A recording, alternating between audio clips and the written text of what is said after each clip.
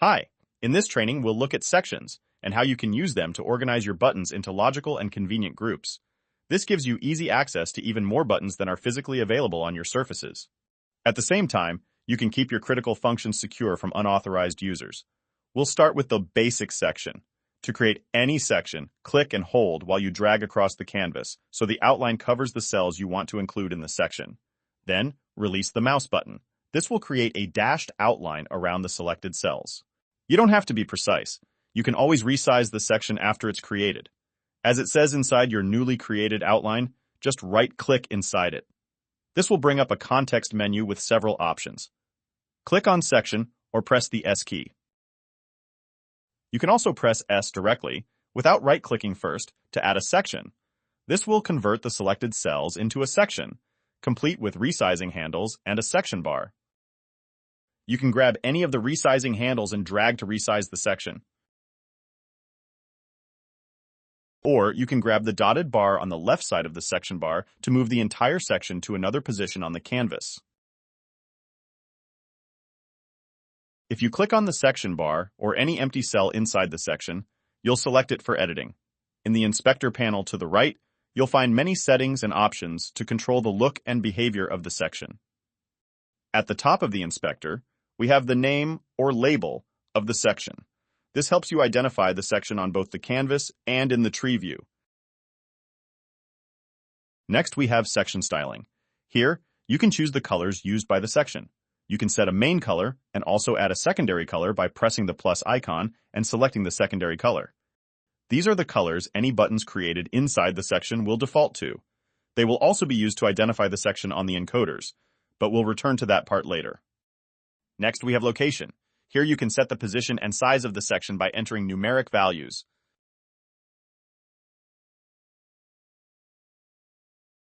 To explain navigation, we'll create a group of buttons inside the section. We'll also use a function that will be explained in more detail later, so don't worry if everything doesn't make sense just yet. First, we create a button inside the section in cell 0/0 by right-clicking to bring up the context menu or by pressing B on the keyboard. Then, with the button selected, we go to the inspector and choose the repeater. Enable it and set the amount to 100. This will generate 100 buttons inside the section. Next, we go to Style, choose a text style, and then click the small button at the end of the text field. This brings up the variable selector.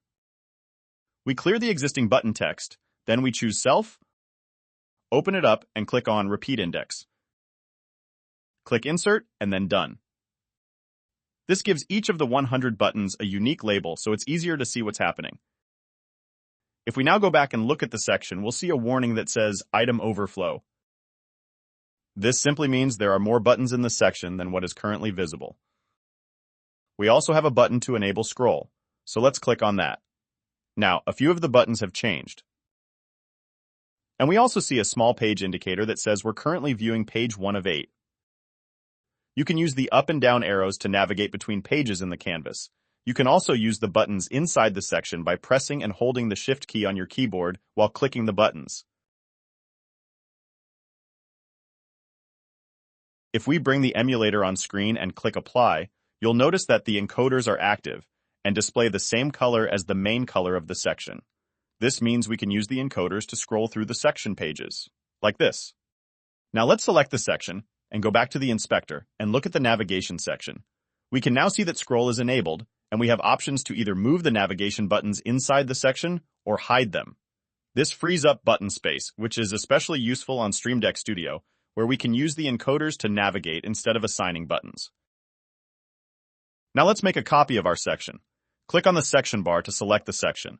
Then press Command+C or Control+C, depending on your operating system.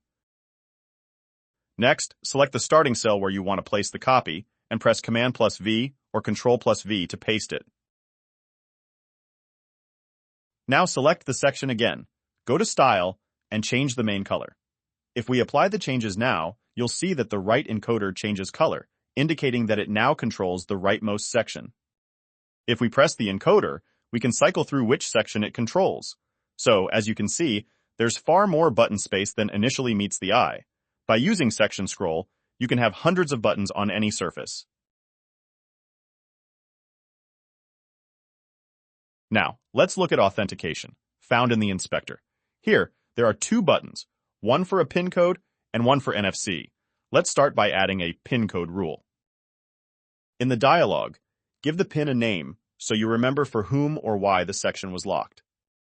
We'll use the super secure code, 1234. You can also set an expiry time, which defines how long the section stays unlocked after the last button press. Then click Create. And as always, click Apply to make your changes live on the surface. Now the section is locked, and we can't do anything inside it without the code. To open the section, press the code button. This brings up a keypad where you can enter the code.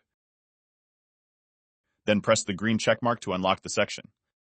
To edit the content of a locked section, simply click on the Unlocked padlock in the section bar, which opens it up for editing. You can also use an NFC tag to lock the section. To do this, click the Add NFC Rule button. This opens the NFC dialog on screen. To read an NFC tag, simply hold it up to the NFC reader on the Stream Deck Studio. We'll simulate that by clicking the icon in the emulator. This reads the serial number of the NFC tag and shows it in the dialog.